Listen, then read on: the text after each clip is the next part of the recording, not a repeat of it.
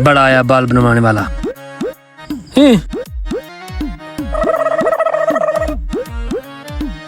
उस्ताद जी बाल तो बना दें धार लगा के। हाँ हाँ, तुम्हारे बाल तो मैं स्पेशल बनाऊंगा आज, वो भी धार लगा के। अबे वो मुर्गी समय रखा है क्या? देख के गला क्यों दबा रहे हो? बाल काटने हैं। अच्छा सुकून से बैठ जाओ और आंखें बंद कर लो। हैं? ये आंखें क्यों बंद करूं बाल कटवाने में? वो इसलिए कि मेरे बाल काटने की स्पीड कुछ ज्यादा है, ये ना हो तुम्हारी आंखों में बाल चले जाएं। अच्छा करता हूँ आंखें बंद, जल्दी करना जरा। बड़ी मुश्किल से तो मेरे हाथ आया है, आज तो मैं तेरी टिंड करके छोड़ूंगा। ठीक है, अब आंखें खोल लो। बड़ी अच्छी कटिंग हो गई तुम्हारी धार लगा के। आज तो बड़े जल्दी बाल बना दिए तुमने धार लगा के। हैं? वो भी ये क्या कर दिया?